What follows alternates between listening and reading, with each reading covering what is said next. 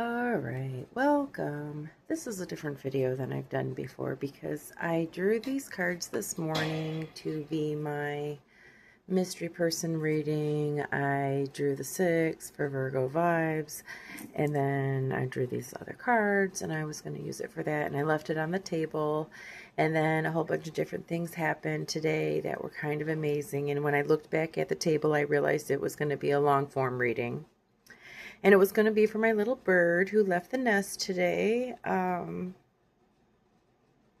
going to try not to be very emotional, but I felt like this was a continuation of the reading that I sent her off with, which basically was a mystery reading that I recorded 2 months ago when I created 8 mystery decks to ultimately sell with my prototypes, and each deck has its own mystery reading. I read that reading, I got so many chills and goosebumps, the synchronicities were crazy.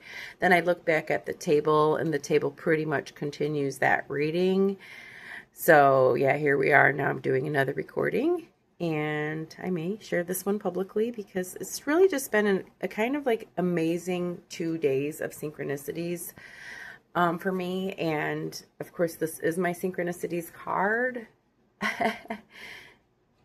And I did have an amazing thing happen at 5:55 a.m. yesterday when the synchronicities really all began. Well, really, they've been going on all weekend, and there's way too many to say, but I just can't say enough how when you tune out this 3D nightmare hellscape that we're living in, and you just tap into your higher self and your joy, your childlike joy, and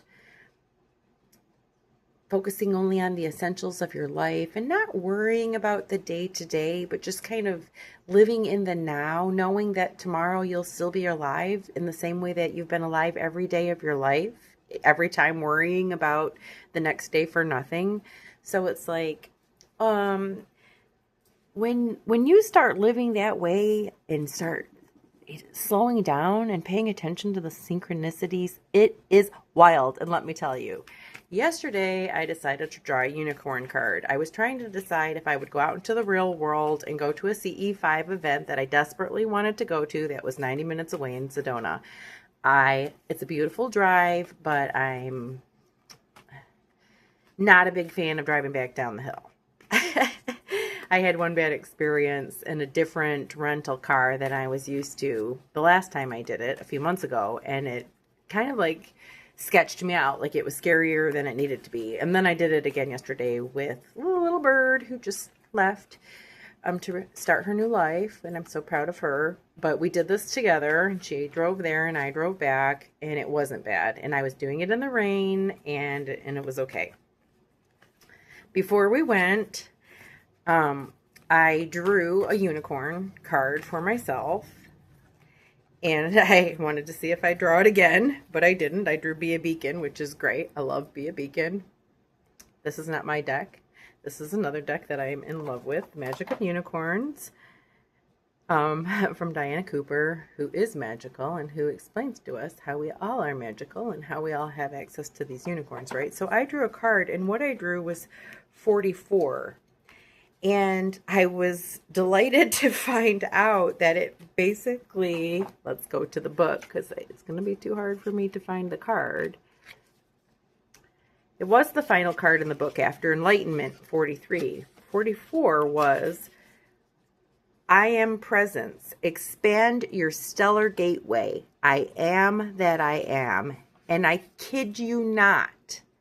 Verbatim, these words were all spoken last night by the hostess of the event that I was at, the CE5 event.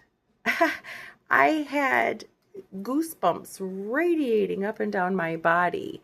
I had never even heard of Stellar Gateway before. And suddenly, twice in one day, not to mention 44, I'm born at 4:44 a.m. Wow, favorite number, blah, blah, blah.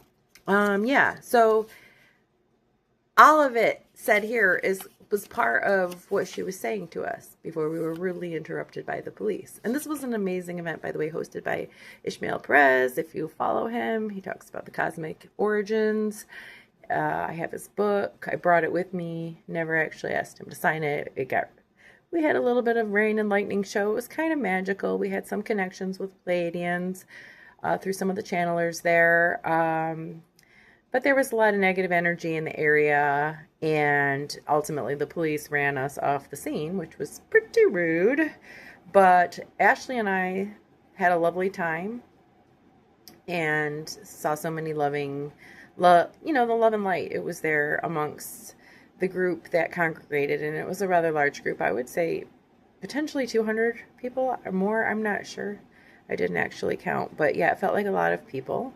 But yeah, there was definitely some hostile negative energy surrounding it, but it didn't change the love and light that we felt within. But anyway, it was a learning experience. I'm comfortable driving down the hill again. I know I'm 90 minutes from pure magic at any time, which just really warms my soul. If you don't know, Sedona is kind of like the first interstellar station.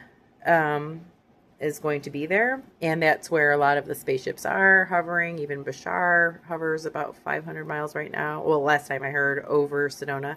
I got out the Rose of Jericho today, which is the death rebirth plant. You let it dry out completely, it curls into a little ball, and then you soak it in water. It becomes reborn, and it will do it over and over and over again, just like us, and the water becomes holy water. So yeah, let's dip into that a little for this channeling and reading. Okay, so anyway, I get this amazing card, and then I had written a note that I needed to watch a movie, Star something. I couldn't remember what that was, and so today I drew the Stargate of Lyra card, and immediately occurred to me Stargate was the movie that I want to watch. And I just keep hearing there's a lot of things in it that are relevant to us right now. So carrying on, I'd like to go back to the message, which is, starting off here with this Virgo vibes. I drew this. This is the discernment card. Discernment was my message with the little bird yesterday before we headed up to the CE5 event. I said, I think the thing we learned together was discernment, in our year together. And then during the event, Ishmael also brought up discernment and the importance of discernment right now.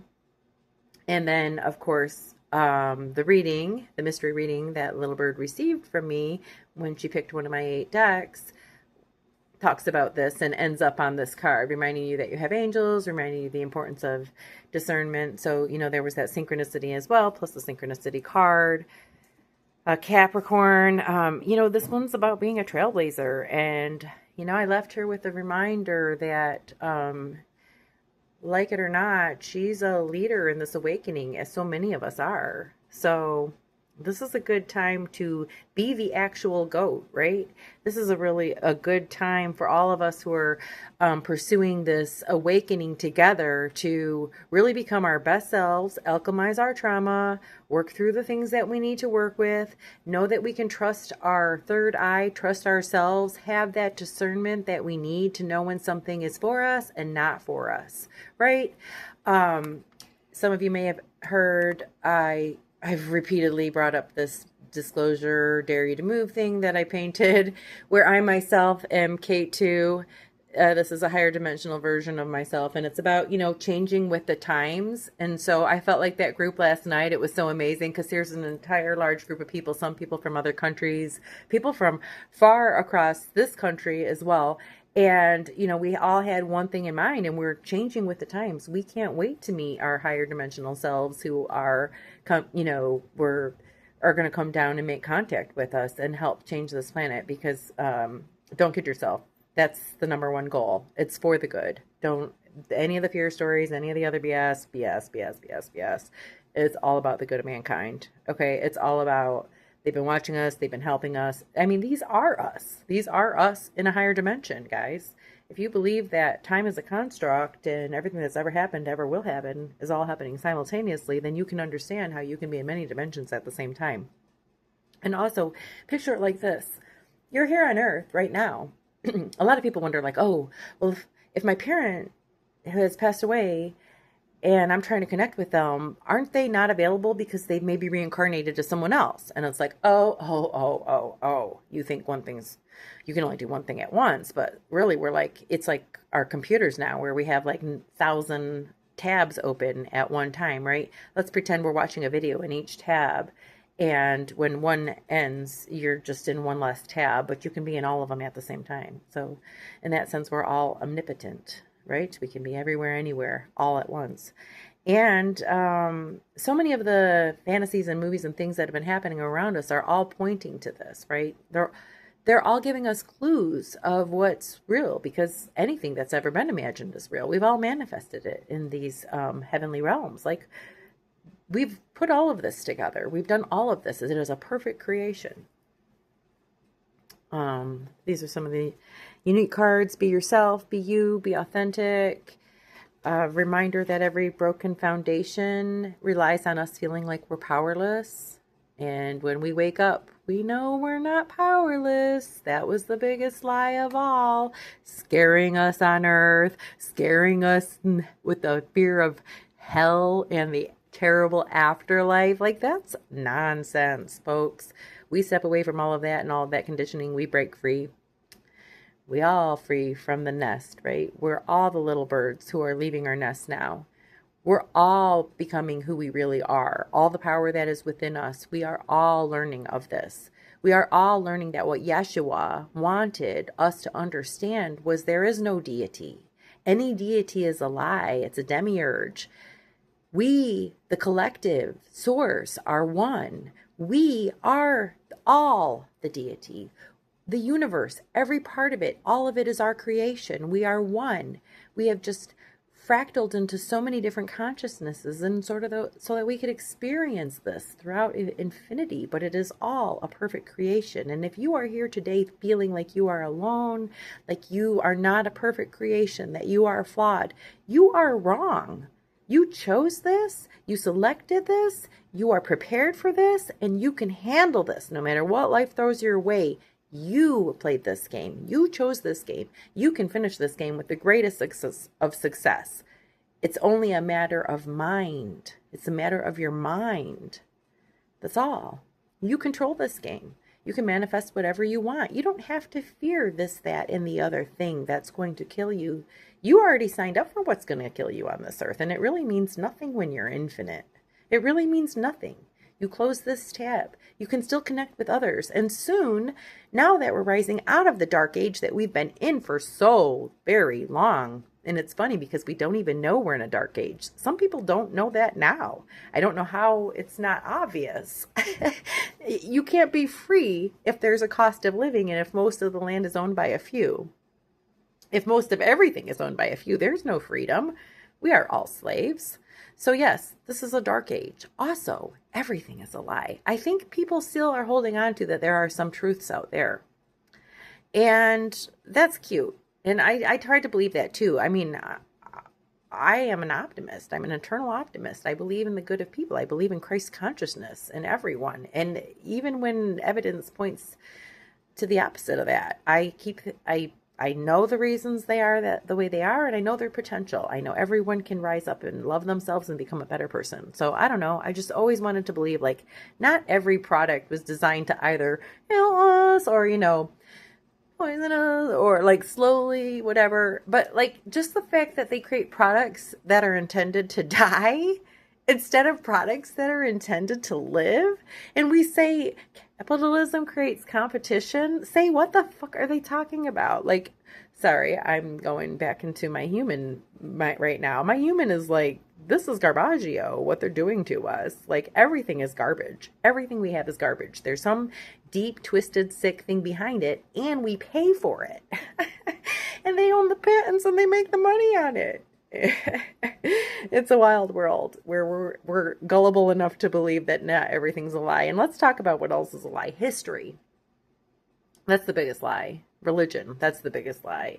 It's all a big lie. I mean, we are powerful entities. We are perfect avatars. We have everything we need. This planet belongs to everyone. No one can claim it unless we allow them to. And why have we? Why indeed have we? This has been the frustration of my life. I felt like I was obsessed with this topic. It's arrogant of me to be obsessed with this topic. Who am I to fix it? But I couldn't stop. I can't stop caring about this topic. It seems too easy to fix with just a few people just agreeing to stop the game. Stop playing the game. These people are nothing. They are nothing. Castles can be breached. They have. Moats can be crossed. We are so powerful, but that's just on Earth. We're powerful in the 3D as a collective. My goodness, we have the numbers, folks, but we're actually powerful as in powerful humans with untapped potential. We've been squashed like bugs. We're living in a cage. We're living small. We're not small. Oh, it's just kind of crazy. The things that we've ever believed. Like, how can we say which country we should be at war with? Who's evil and who's good? We're being told lies by liars. We know nothing, Jon Snow. If we know anything else, we know that. But this world is owned and operated by evil, pure evil. There's just no ifs, ands, or buts about it. Everything was done to keep us from living 900 biblical years.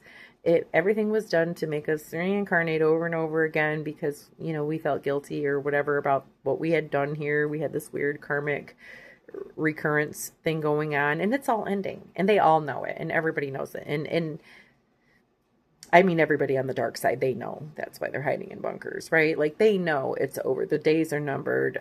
Things have been happening in the galactic level that I guess we can't see or understand. And the fact that everything's a lie means really there's just no point even paying any attention to it whatsoever, right? Like, why are we feeding our energy into lies? We need to start feeding our energy into, like, gatherings with our neighbors, talking about this stuff, talking about how we're going to grow and change differently. I've been talking about having a meeting in my backyard for 6 months, but why haven't I invited my neighbors to a meeting in my backyard? That's a very great question. I'm a messenger, right? And now an artist who's using my art to share messages. Why haven't I hosted an event in my backyard? It's really remarkable. And it's this. I am working on an addition, which will be that art studio. And I was a few steps away, and I still am. So, but that's no excuse because the neighbors can gather in the yard no matter what. We can discuss these things no matter what, right? Like, messages need to be shared. And, stepping away from our technology, unfortunately, it's our only channel to each other right now. And it really is great in that sense, right? This is how I'm able to reach people that I could never, ever reach in any other way, shape, or form, right? Actually, we could be, we're all telepathically connected. And in our dream state, a lot of us are dreaming in the earth field, right? And when you're doing that, you're literally experiencing all of each other's consciousness while you're asleep. And the wake ones, the sleep ones, they're all like kind of sliding past you, and you're just catching waves of all of it. So yeah, we are connected. And yet, we feel like we're not. So once this method of channeling, or once this channel of communicating with each other is gone, it will only be replaced by the fact that we're 5D, I would assume, right? Because at that point, I mean, all will be known and all will be understood without words. Oh, I can't wait. I can't wait. I can't wait. I'm a human who's had way too many words. They come to me all day. I guess that's schizophrenia in some people's mind, but the words have been beautiful, and they're always downloads of information that blows my mind, but then it's so obvious, right? And that's when I knew it wasn't just me. It's a higher version of me. It's somebody else. It's coming elsewhere. This information that's come to me, right? So, but it's so exhausting because there's just so much. There's so many things I've learned, and I don't know how to decide what to share. And that's where this video format comes into play. Like, by selecting the cards, by drawing the cards, I let the universe decide what I'm going to say. And I appreciate you for listening. I know this one's been long. I'm going to just cover the one card that I didn't cover, which was, my favorite, Love and Light. Believe in who you are. Embrace the multi-dimensional aspects within and without. We're in this special basket today where, oh boy, I need my notes. Pause.